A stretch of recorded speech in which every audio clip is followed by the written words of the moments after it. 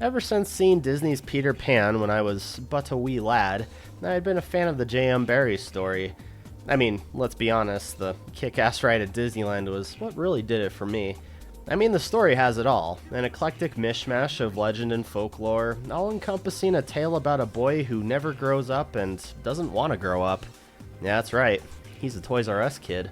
The thing is, though, apart from, the classic Disney animated movie, Peter Pan film adaptations are kind of slim pickings. There's maybe like 4 or 5 out there if you don't include made-for-TV adaptations of the stage play, which I don't. Speaking of, all those versions have a grown woman play Peter, which I always found really odd. They even did that in the original 1924 film, which would explain why Peter has some pretty nice legs. Mr. B, you're hot. Mia Farrow was apparently the Pan at one point too. And the original 1954 Broadway musical of Peter Pan had Mary Martin, who kinda terrifies me. I guess it's pretty typical to have women voice little boys in cartoons and such, but this is a silent film, and you'd think a boy would do a better job portraying Peter's boyish mannerisms. I guess maybe young men just weren't trusted to carry a star role. That and rigging them to fly might have something to do with it too. Despite it being such a beloved and imaginative story, it feels like it hasn't inspired filmmakers as much as other stories like, I don't know, say Alice in Wonderland has. So imagine my surprise in 2015 when a new Peter Pan movie came out. Yeah, almost 12 years since the last major motion picture adaptation of the story. And it was a prequel, no less. Yeah. Have you ever heard of Pan?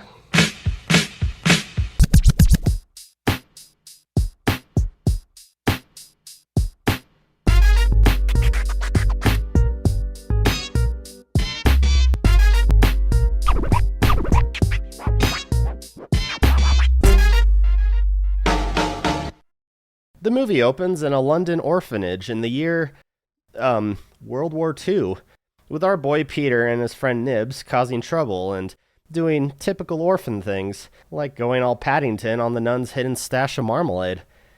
Yeah, that was a sentence. In the nun's office, Peter and Nibs discover that she's been keeping loads of gold coins stashed away, and make the connection that the money has something to do with the orphans that have been steadily disappearing each night, which turns out to be the work of Cirque du Soleil. Those evil bastards. Actually, they're supposed to be pirates, at least I think, and they shove off with Peter and the orphans on a flying ship.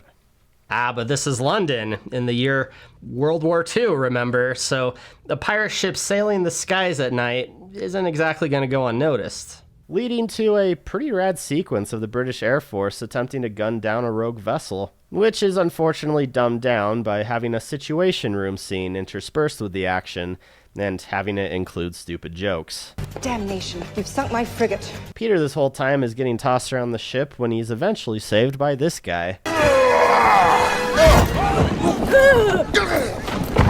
Don't go dying! Oh, is that the large black man pirate that keeps showing up in weird Peter Pan movies? Let me explain. For research, I looked up any and all kinds of Peter Pan movies to compare and contrast with this one, which is where I stumbled upon an Australian cartoon adapting the book. It's one of those cartoons. Yeah, you know the ones, the weird-looking, low-budget, foreign cartoons that give you that weird feeling of living someone else's life on another planet. It kind of reminds me of some other cartoons I covered on this channel. She won't be anyone's mother after she eats this.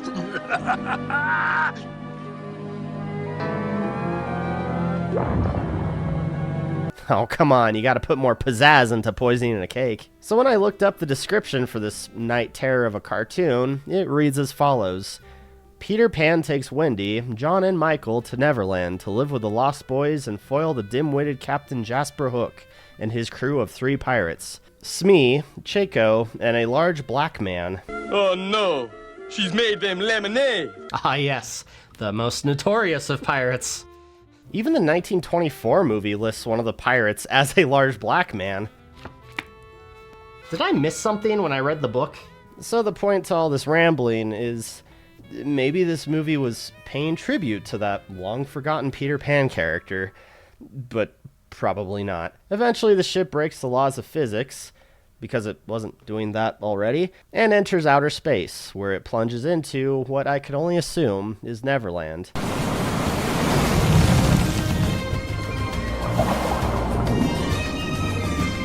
I really like how this movie portrays Neverland. It has all that color and whimsy you'd come to expect for a place like it. Most adaptations of Pan do a really good job in creating an amazing-looking Neverland, though I think the 2003 Universal adaptation does it best.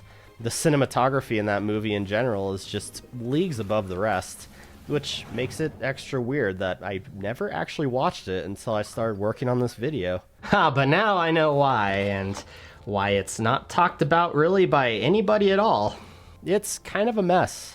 The pacing is terrible, all the major plot beats just happen within moments of each other, and there's this weird obsession with romance. The focus is more on how Wendy is going to be a woman soon, and finds adventure when a half-naked boy sneaks into her room. Hey, I'm not oversimplifying things just to make it sound weird. It is quite literally that.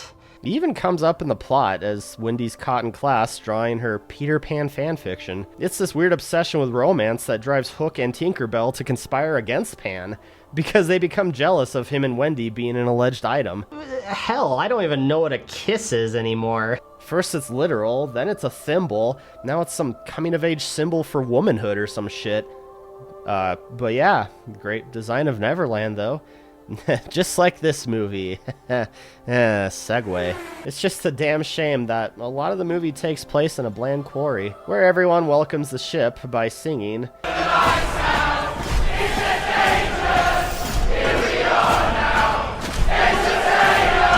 "Smells like Teen Spirit." What the hell is that all about? He's the pirate all pirates fear. The original nightmare. The man they call Blackbeard! Meh. Smee does it better.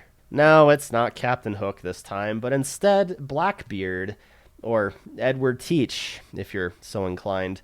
Played by Wolverine, who is every bit as flamboyant as I'm sure the real Blackbeard was in real life. But you gotta give it to Jackman. I mean, he is a showman. And possibly the greatest showman, even. Nah, I wouldn't go that far. My laws are so simple you could write them on a pig's ear. In fact, I have. Thanks for that, Victorian pimp. So in this point in time of Neverland, the big bad is Blackbeard, and he's built himself a child labor camp where he's getting them all to dig for fairy dust in the rock. For you see, as Middle Eastern Smee exposits to Peter, Blackbeard hunted all of the fairies in Neverland to near extinction because he's obsessed with the fairy dust. The natives of Neverland, Blackbeard believes, know of where the fairies are hiding, but of course they're hiding too, and he's having a hell of a time finding them. And why does Blackbeard want the fairy dust so bad?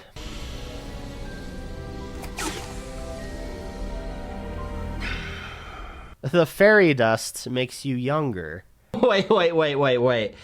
So it's the fairy dust that makes you stay young in Neverland. Whatever happened to it allowing you to fly? And why is it that Blackbeard is once again a villain seeking everlasting life? It's not like Blackbeard lived a particularly long life, or that no one knows how he died. In fact, his death is pretty damn well documented. You know, honestly, I'm convinced that this isn't really Blackbeard at all, but instead some crazy thespian bastard who decided to bully children in Neverland with his circus sideshow friends. That's the only logical explanation to all of this. Peter gets sent to walk the plank for insulting one of the pirates, while all the other children start singing,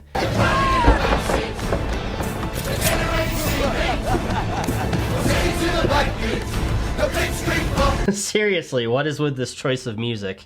It just violently takes you out of the movie when this fantasy film starts having its characters chanting lyrics to the damn Ramones, you know? The best reason I could come up with for why this is even a thing is because the filmmakers are alluding to Kurt Cobain and the Ramones as being former Lost Boys, which is kind of a neat idea, I guess.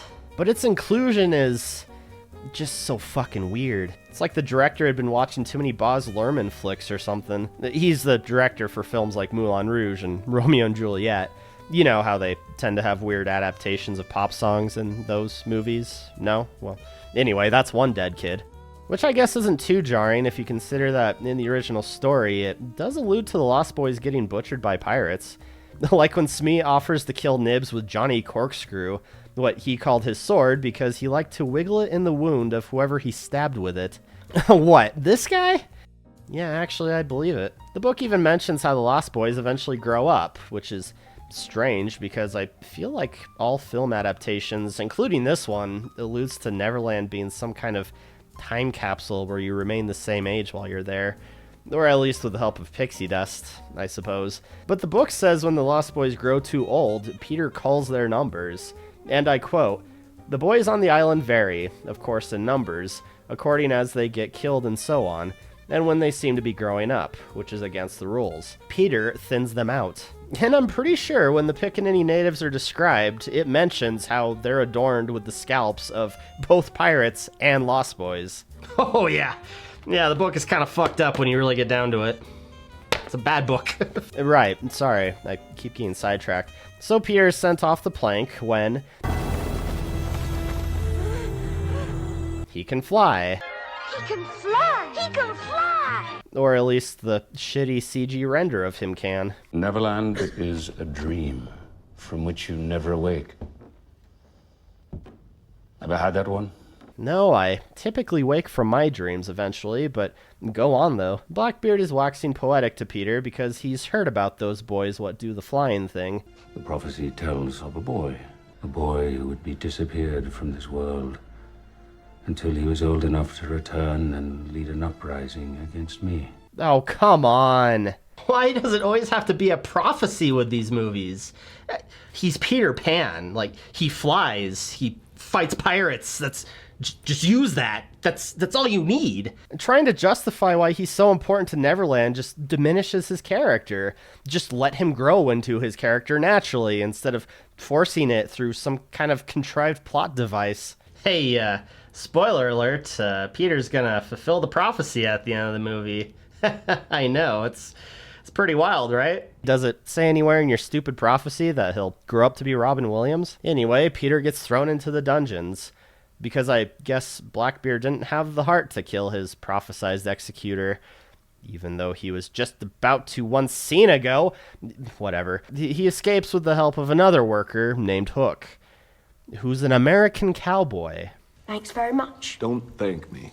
I don't care about you. I'm not your friend, and I haven't got your back. Right. Now in the book it's mentioned that Hook used to be Blackbeard's bosun mate, which, yes, I had to look up. It means ship officer.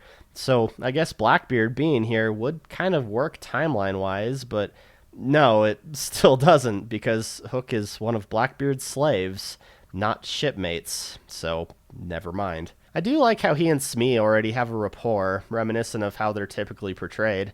Smee, wow. Down here, 6 o'clock. Don't it's me in the basket. And with Smee's help, the three hijack one of Blackbeard's inexplicably flying ships to get the hell out of there through another admittedly well-done action sequence. This movie does good action, I'll give it that. Also, Peter's afraid of heights, and therefore has a hard time flying on command. Hey, it's kind of like in Hook, the superior Peter Pan movie. And you can fucking fight me on that. Why has it become so popular to hate this movie? It's so good. It's full of memorable lines. It has an all-star cast of greats like Robin Williams, Bob Hoskins, Julia Roberts, Dustin Hoffman, Glenn Close. Even a bunch of musicians made cameos for some reason, like Phil Collins, David Crosby, even Jimmy Buffett, I guess, is in this scene somewhere. Why not? Not to mention the music in this movie, I would argue, is some of John Williams' best work. And I'm not even joking when I say that. Though I will say the giant stuffed crocodile scene always confused me.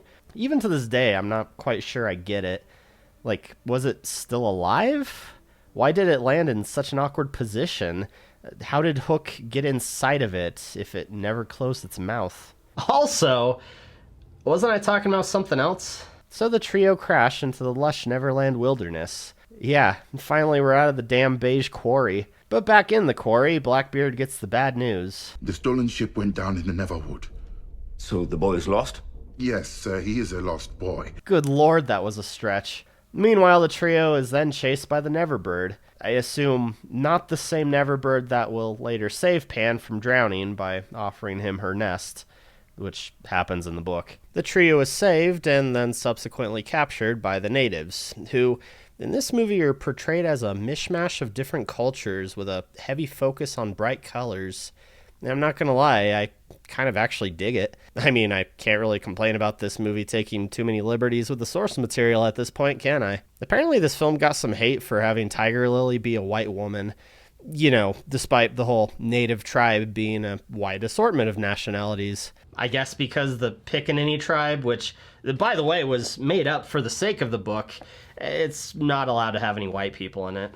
You just can't win, man. Like, have a white person in a tribe and people call it whitewashing. Have it be all natives and people call it stereotyping. I guess they should have gone the route of the original 1924 Tigerlily, where she's played by Anna May Wong, a Chinese-American actress. Yeah, in the 1920s, a Chinese woman played a Native American. This movie is just so good. One of my favorite parts is when the natives kill a, quote, lion, and this is how it dies.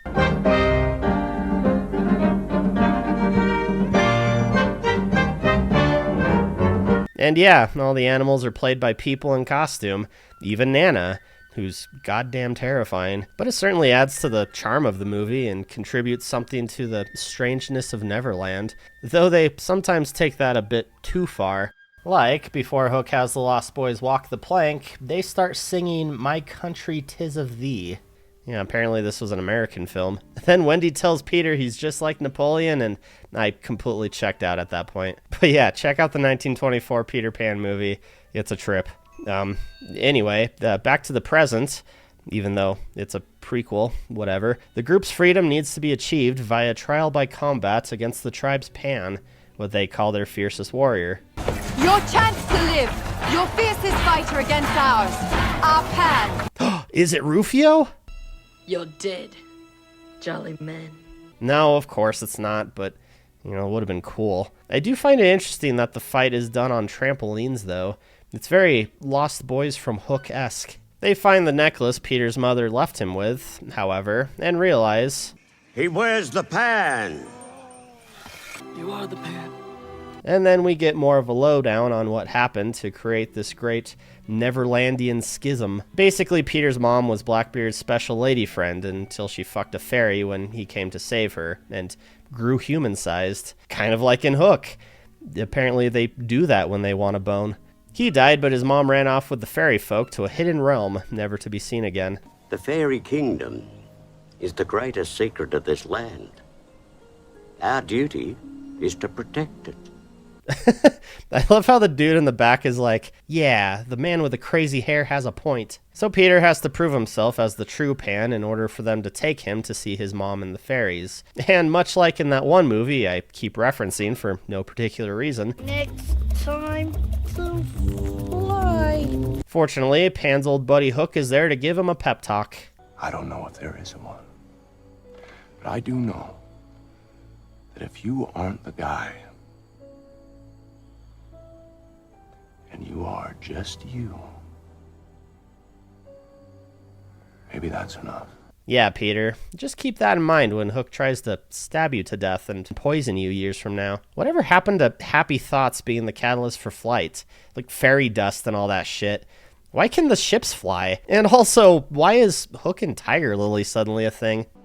So, do you like sunrises?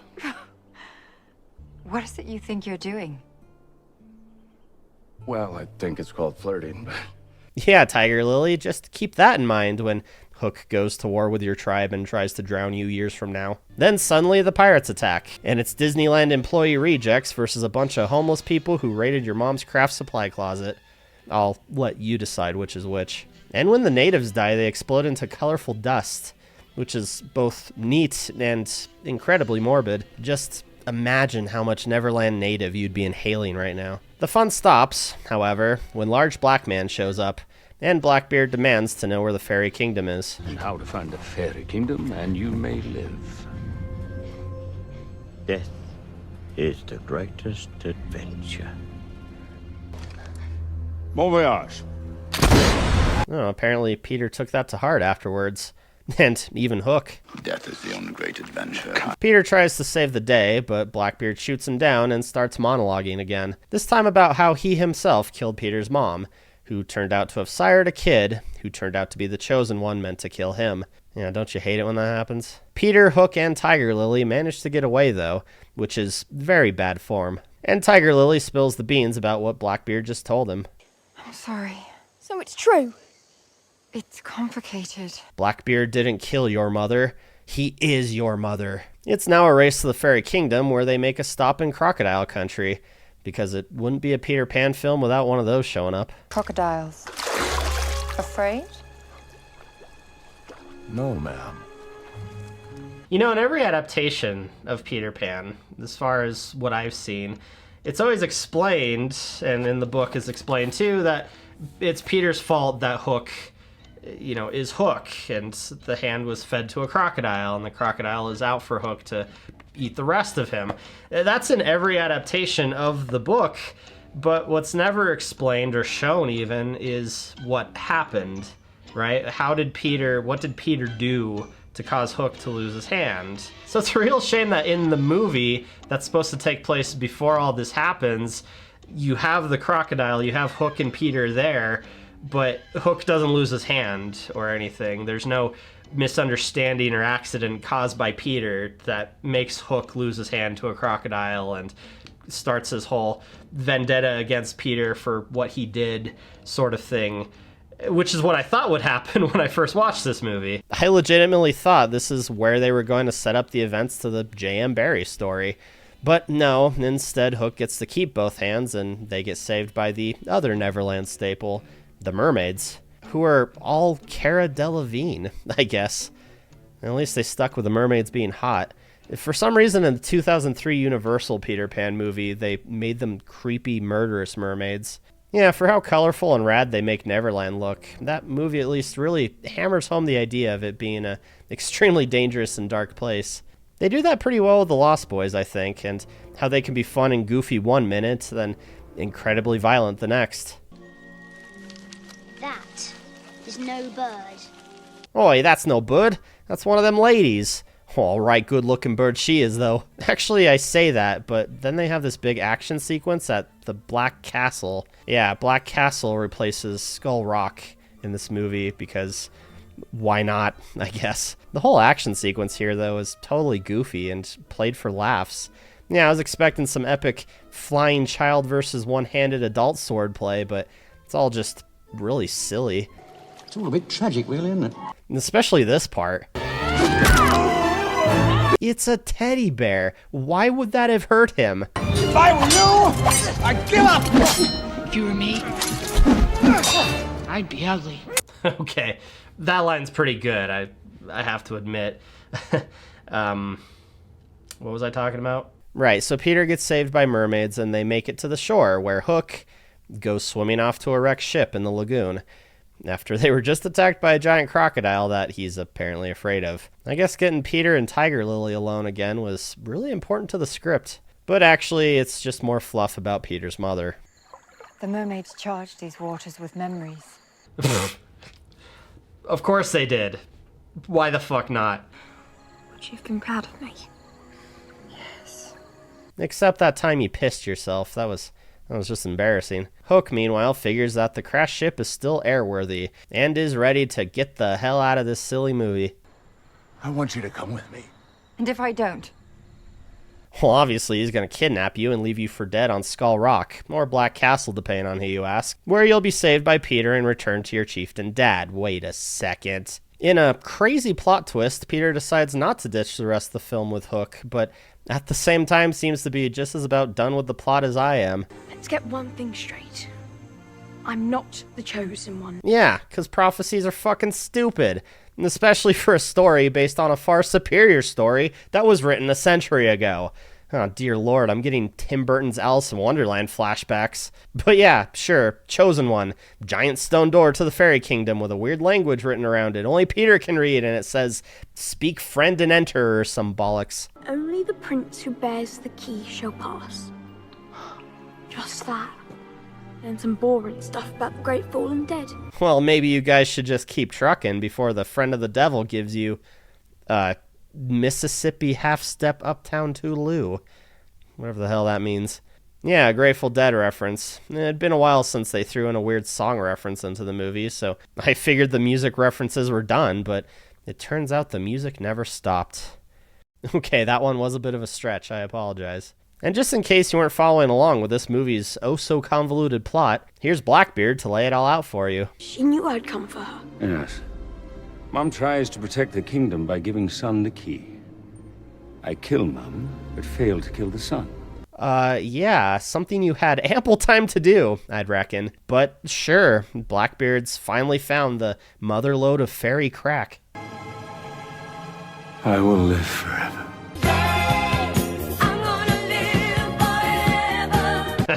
See? Not the only one who can make nonsensical references to modern music. And finally, as Blackbeard's ship goes sailing towards the fairy hive, as he calls it. That's where we're going. The fairy hive. Because fairies are like bees, the movie introduces us to Tinkerbell. Her name's Tinkerbell. I can hear her. And that's it. That's the one and only Tinkerbell scene in this Peter Pan movie.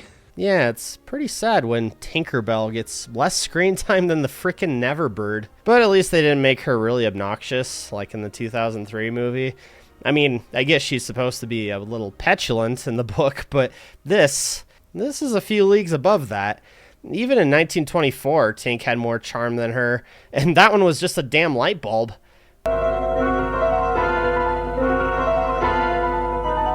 What's that, Tink? The Pirates beat the Redskins?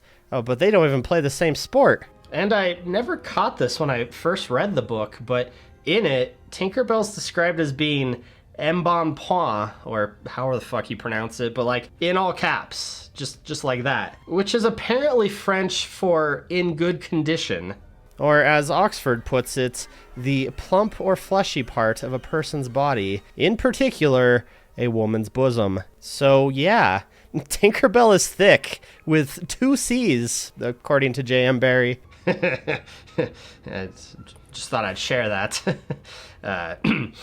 Moving on. Hook pulls a Han Solo and flies in at the last second to help Peter and Tigerlily, leading to another admittedly fun action sequence. The only thing that would have made it better is if Blackbeard unleashed his berserker barrage.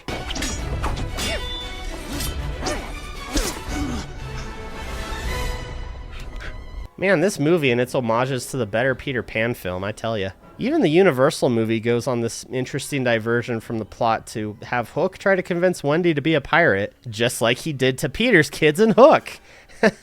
I don't know why I can't stop making these comparisons. Someone please help.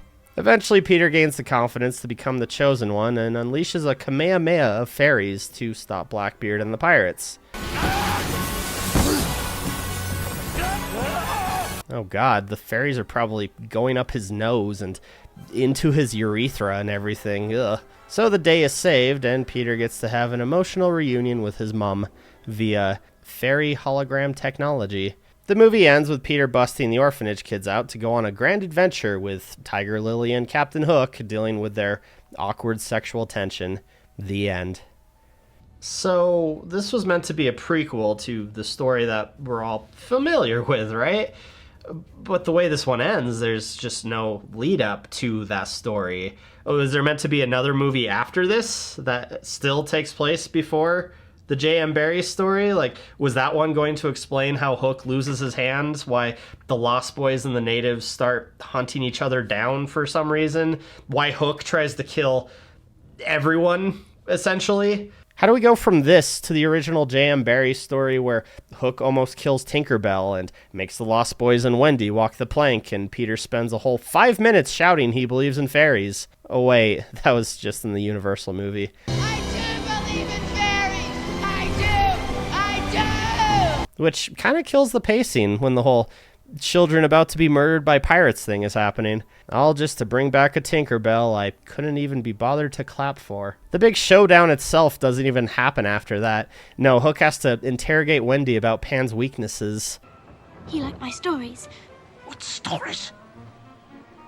Cinderella, Snow White, Sleeping Beauty. Yeah, you know, all those Disney properties. And then Hook puts together that Peter's one weakness is Wendy herself, because, again, this movie really likes to focus on romance, and uses this to his advantage when finally confronting Peter. That and wasting a perfectly good hat. Oh man, yeah, he uses Peter's vulnerability to make him lose his ability to fly with sad thoughts. And Hook even gets to fly himself, which makes no sense because he had literally just said, Just think happy thoughts. They lift you into the air. Alas, I have no happy thoughts. This movie certainly takes some interesting liberties with the story, though. They even go so far as to have Wendy give Peter a kiss. Not that kind of kiss, either. It's just a thimble. How like a girl. I don't get it. So a sad Peter created thunderstorms and snowstorms. What does a Pan experiencing his first boner create?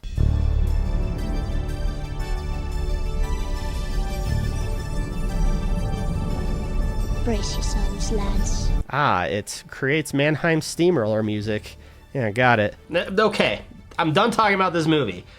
Pan. I am talking about Pan. You know, thinking about it though, like, how crazy would a sequel that places the story between this one and the original story be? It would basically be the Star Wars prequel trilogy with Hook as Anakin slowly growing vengeful. Well, now that I think about it, that would be pretty badass, actually. But I just don't think there's any conceivable way you can take the plot to this movie and transform it into the book. For instance, Peter in the book hates mothers, which doesn't really jive with his character in Pan, does it? As it stands, this movie is just a strange, standalone story that uses the world of Neverland and its characters as a device to tell that story with. Which is a shame, because a Peter Pan prequel could work, but this one doesn't touch upon any of the more deeper themes of the story, like youth and innocence. To me, Peter Pan is a story about children afraid of becoming adults and adults who resent the freedom children have and how much easier it is for them to be happy, which becomes harder to do with age. And in the story, Wendy works as sort of a happy medium for both. Every iteration of Peter Pan on film explores this theme in one way or another, either as a direct retelling or as a sequel, but I think this movie doesn't sit right with me because it covers none of that. Instead, you get an uninspired prophecy plot with your standard emotional beats of an orphan trying to reunite with his mother. The basic heart and soul of the book just isn't there. The creators certainly had a vision, but it just doesn't belong in Neverland. What I always found fascinating about the Peter Pan story is that its meaning sort of evolves as the reader ages, right? As a kid, you just read a fun fairy tale full of nonsense, but now as an adult, you pick up on the fuller context of the lamentation of lost youth. Yes, quite. Or the dangers of becoming too much of an adult, or too much of a child. Yes, indeed. Or in my case, you grow up to complain about film adaptations of a story you liked. Yeah, it's not very Bangarang.